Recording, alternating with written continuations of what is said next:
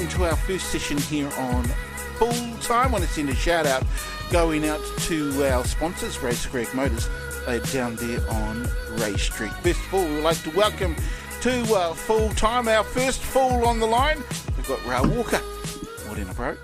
Oh, good morning, Keithy. Yes, the biggest fool of all. And look, I'm having a late brunch, having cheese, chicken, tomatoes on a toast, celebrating the Warriors' win last night. Up the Warriors, go the Warriors. You're having a late lunch, is it? It's a very, very, very late brunch. lunch. It's called a brunch. Oh, you're having a brunch. In civilised there, Keithy.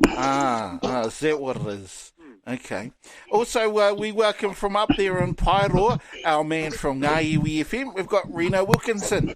Morena, bro. Yeah, morena. Been up and about already, checking out the local garage sales, and went to be part of one today, getting rid of everything that's been associated with the history of the Battle of the Streets motorbike race. Everything's just about gone out the door. So I've been up and about early this morning. Nice.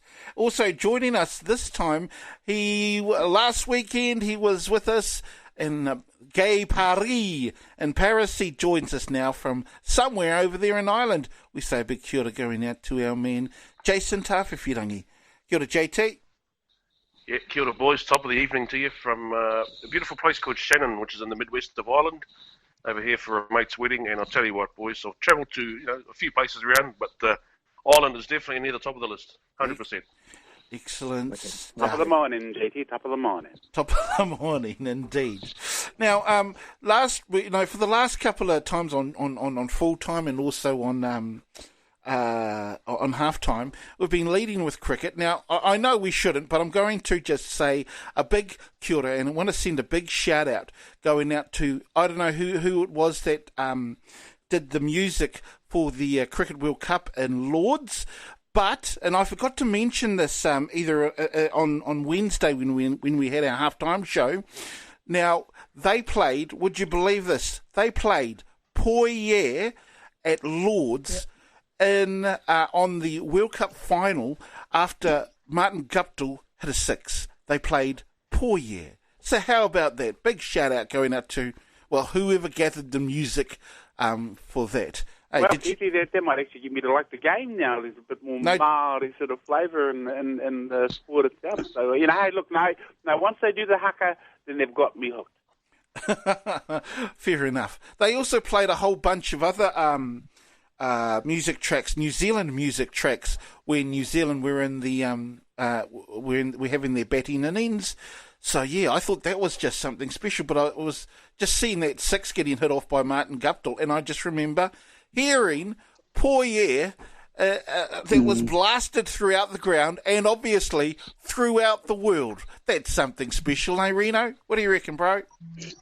Oh, mate, when they're bringing the Kiwiana to it, makes it extra special, and hearing that song played as well at the home of cricket, eh? Yeah. It was good. I know what you're talking about. I was listening to that as well, hearing a few of the Kiwi classics, and yeah, they really turned it on. It's cricket, mate. It is. Ra's favourite sport. That game is so much my favourite sport. The latest word on the street is apparently that Kiwi Bet New Zealand of the Year. England player Ben Stokes has been nominated for Kiwi Bet New Zealand of the Year. That's why I love the game. New Zealander of the Year. That's a bit ridiculous, Ben Stokes being named New Zealander of the Year. What do you reckon on that one, JT? Oh, it's a bit like the way the game finished. It's farcical, but he's obviously got some connection for his old man Gerard Stokes. A good Canterbury Rugby League man. He ended up in the north of England coaching up there. That's how Ben was raised. Yes. Up in that part of the world, and went on to play for England, and he's a world champion now, and well done to him. But I suppose you really talked about this during the midweek show, but they need to overhaul those rules and put something in place so that does not happen again. That's an absolute joke. That was a joke. It was an absolute joke. That's how we see it anyway.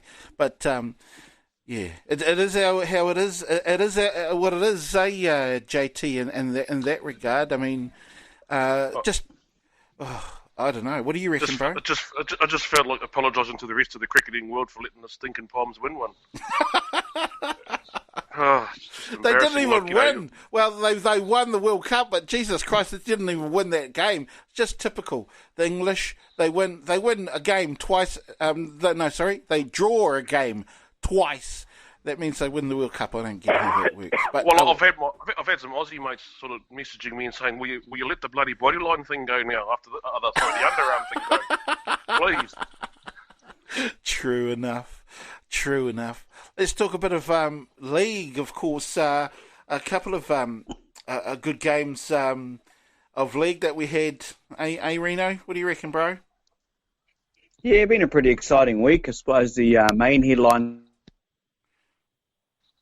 history with the lady making her debut refereeing the game, the first woman, Belinda Sharp, which has been huge for the lady. So that's great to see. And I was only watching a story last night about a lady who's going to be the first female to referee the Ranfurly Shield Challenge as well. Yes. Yeah, so it's been a massive few days for the wahine, and good to see her out there as well, doing her role.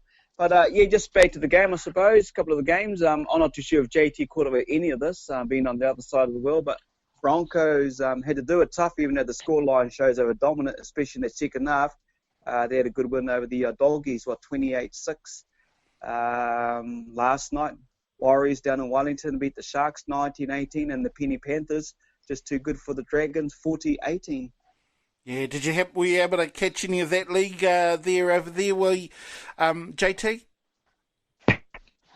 Yeah, I did see the highlights through the NRL app, and I actually watched the Warriors one just a couple of minutes ago, so I knew what I was talking about. And mate, that Britain knee quarter pass was, was pretty forward, wasn't it? Okay. What do you reckon? Reno? Well, I suppose it's just another one of those days in the life and times of the Warriors and the NRL referees. That was blatantly forward where he passed it before the line and the try scorer graded over the line. Yeah. So, but anyway, it's what it is. Ain't going to change it. No. It's just the next thing into the next one of the referee blunders. There's a few things that go on, but that's what we like about the NRL. Always is controversial. But yeah, JT's right. It was forward.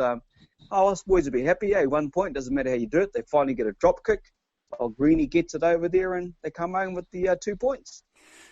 Well, they do indeed. I guess you could say that they certainly do come away with the 2 points. And one of the good things, I suppose, is at least they haven't lost for the last couple of games. I think it's been about two games so far, and. Don't put the kibosh on them, Keithy. Don't put the kibosh on them by sort of, Too late. them big reps. I think it was 3 weeks ago I said that they needed to win every single game from here on in. Well, they haven't. Well, there's one that they haven't won, and that was with a draw, of course, last week. And the Sharks, well, they beat them, even though it was only just. But I don't know. It was a tough game. What do you reckon, Reno? Oh, it was frustrating as hell. For the Warriors fans, yes. With the Warriors, yeah, it was. They couldn't even break the line. How long were they down in that area? The amount of sixes they had, and they couldn't even break the line. Didn't even use their heads to even go for 2 points, man. And if they did go for those 2 points, they would have been and the score line would have been in the 20s. But they couldn't even bust the line, so they were very lucky, actually. Very lucky to win. But without, two big names on the sidelines, old Kenny Mamalo ruled out, Fishitua ruled out. They brought in a young Pompey in. But, hey, like I say, smiles on the face for the fans who sat there in that horrible wet weather and during the game. It was a frustrating game, but 2 points is what it is. You move on to your next one, and that's going to be tough against the Eels next weekend. Sean Johnson, what did you reckon of Sean Johnson in that game down there, bro? Yeah, he played his standard game. Did a couple of kicks, mine went wrong. Set up a good try, a good pass there, and he had to play playing against his former mates and a bit of the whānau down there. So it was a big occasion for him, especially back in the country with his fiance, and she's come back for sad reasons, obviously, of the passing in her family. But he played all right. What do you reckon? Did you happen to see the banner, Keith, that the Warriors fans said about the Sharks and about Sean Johnson in particular. The Sharks might have a big bite, but they've only got a little Johnson. Very well done, I got to say. Very well done. Speaking of Warriors fans, bro, it was this morning, local time here in Ireland, and I got a video phone call from your namesake. Okay. He was sitting on the train getting ready to go home back to Rotorua after the game. I didn't realise the game was in Wellington, but he was sitting there in his full regalia, the whole kit and caboodle, and it was good to hear from him, and he said to say g'day to you, so... Oh, okay. G'day. Oh, nice. Nice. Of course, he's a big Warriors fan. He has been for quite some time. Yes. Absolutely. Absolutely. And it would have been wonderful for him to get down to the stadium. The Cake Tin, I think, is what Ra calls it. So it was good to see the game down there in Wellington. The thing, though, Ra, not very, it was almost empty. What did you reckon, bro? Yeah, well, you're not wrong there, Keithy, and I pointed it out. I mean, not good support for the Warriors in terms of that, but you can understand why. I mean, given their past record, people don't want to waste money, and Wellington's not the warmest of places in winter of sorts, so they'd rather be in the comfort of their own home watching the boys lose. But, this time they just snuck in a win, and I don't know, it may change their fortunes, and it's like what I say, when they win, I don't bag them. They'll get more support. When they lose, well, then everybody jumps on the bandwagon and just sort of rushes the heck out of them. But, that's what they need to do now, if they can, but I don't think so.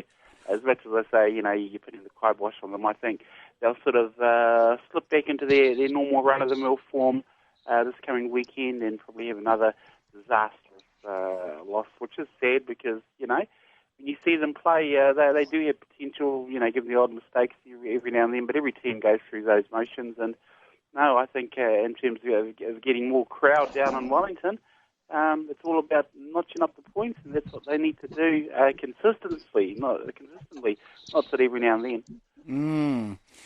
Well, the thing is, if they do become consistent, it won't be the Warriors. What do you reckon, Rino? I mean, and then this is an interesting point, I think. People seem to be bagging the Warriors, even though they had a win. They won yesterday, Rino, but people are still bagging them. You can't win, you can't lose. Teams. What do you reckon, bro? Oh, you never will. You never will. They'll get bagged full stop, mate. It doesn't matter if they win or lose. Even if they get to the grand final, won the grand final, people will still bag them. Indeed. It's just what it is, and you have to deal with it whether you like it or not. Rugby league in general gets bagged. True. I don't need to carry on from there, so, it doesn't matter if they're winning or not. So, yep. Who cares, mate? If they win the grand final, those who are loyal will celebrate, and those ones, but you'll still get them bagged. Yep. Interesting to see those. That's just rugby. That's just rugby league in general. I guess it is. The Broncos, of course, especially in this country. I know. Tell me about it. The Broncos, though, they had a good win, even though. Well, you said it was a tough game, but still may have been a tough game. But that scoreline says different, eh? 28. Oh yeah. It was only a game of two halves. A good old cliche there, but doggies are in there for a little while there, and the Broncos just stepped up. Panthers look pretty good. The Dragons are in a whole lot of problems. There's more teams that are in worse situations than the Warriors. Yeah. True enough, eh? True enough. But that's just what it is. Like Warriors might win next week. Well, against the Eels, it'll still carry on, mate. They've got an opportunity. Yeah, they can still. I think that. Well, they've still got chances. They're still alive. They can still get into the grand final, which is what I said 2 years ago, that they'll be going to the grand final. I'm still not off it yet. They need one loss, and that'll be it, probably. I'll tell you this. They need a loss, and if they don't get that loss, then I reckon they'll get into the grand final. But we'll talk about that a little bit later. The Roosters... I've heard some rubbish in my time, but that's right up there. All I'm saying is they need a loss to not make it. That's what I'm saying. There's still a number of more games. They've got a tough run too, mate. They've got to play the Raiders twice. They've got to play the Roosters. They've got some hard games coming up. I know they do. It's going to, like I said, and there's obviously a loss probably in there, but if that does happen, until then, my faith is still remaining. Let's go to the Roosters Knights game, which will be on today there, Rino. Nice segue. Yeah, a quick segue too. He got out of the firing zone quite quick then, guys. Roosters Knights, bro.